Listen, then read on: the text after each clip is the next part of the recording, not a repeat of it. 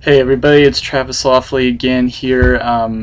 posting a new video here on YouTube for Dr. Reeves' EMC class, this time to talk about Kony 2012 and my reaction to this whole internet phenomenon that happened about a month ago and you could argue is still happening. So in this video I will be I'll be kind of stating some of my own positions on this, along with harping on some of the things that Kevin Thompson has said in his video, because quite frankly I agree a lot more with what Kevin has to say than Dylan. No offense to you, Dylan, there was good points made, but I do agree more with Kevin. So Kevin, I have to say thank you for pointing out, probably my first point here is I really thank you for pointing out, just kind of being the biggest in my mind, of the problem of how social media has really highlighted this whole movement. Because I actually discussed this in a speech I gave for my business and professional communications class last week, when it came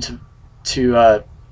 talking about why young people need to register to vote and actually go out on election day, about how things like MTV's RockTheVote.com and social media websites like Facebook and Twitter go and promote elections during the election year, but once the election year is over, for like the next 3 years, those programs just go silent and stuff, and they really do nothing to teach voting as like a civic duty and constitutional right like they should, but just this like, hey, if you're a cool kid, you need to go and vote. And this is kind of the whole Kony movement's along the same line, that you've got a bunch of young adults who are going online and seeing this video go viral just after a few people post it, and they have no idea of the flaws of how American foreign policy would be if we get involved with this, but all of a sudden just want to become activists and join. I mean, this is this whole video is basically trying to promote a U.S. position of neoconservatism and the whole idea of going out and protecting democracy and trying to save the world again, which we've been trying to do through numerous things since the Cold War era. And you could argue that the Cold War hasn't really ended. We've had since then Desert Storm, Iraq, had campaigns going on in Darfur, which the Darfur campaign I'd probably say is the most, the Darfur campaign in Sudan is probably the most similar to the whole Kony 2012 thing. And it's all just out there on the whole idea that of police action type wars, of going into these countries where there's really no immediate threat to our being,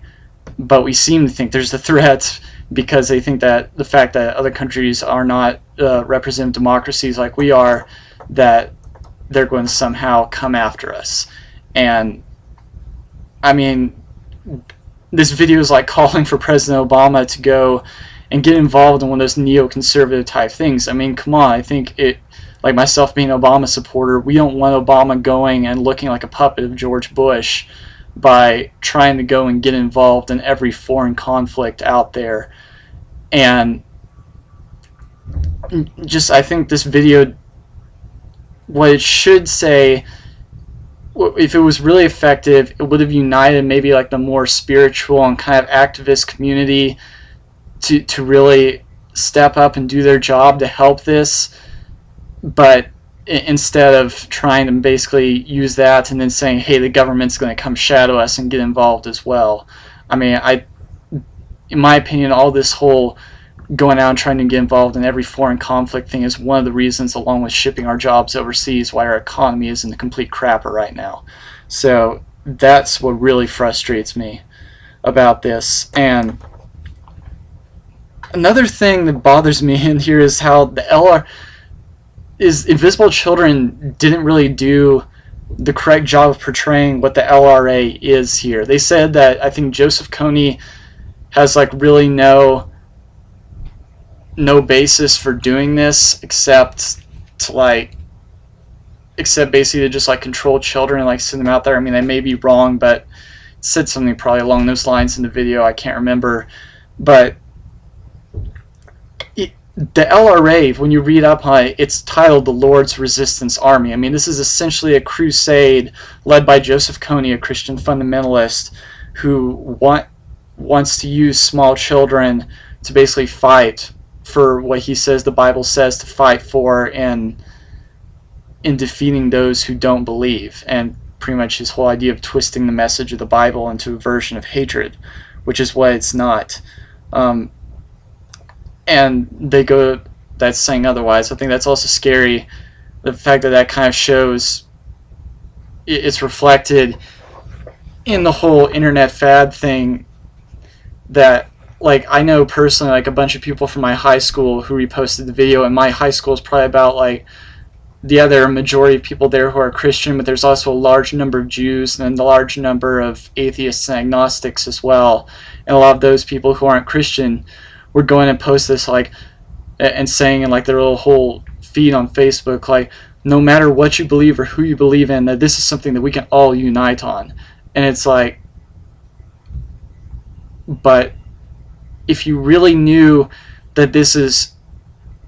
kind of a Christian cause to stop spreading the message of what the Bible is not and what Christianity is not, then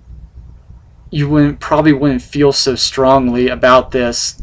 and since you're not Christian. So I feel like that's kind of been distorted, in that sense, to being a wrong message. I really hope this all makes sense to you guys who are watching this here, and that you're getting some type of point to what I'm after here. I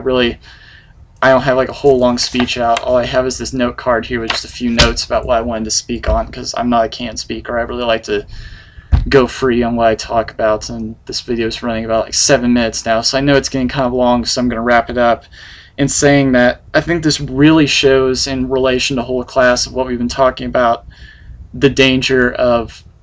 singularity and the whole merging of man and the internet, and the idea of the internet,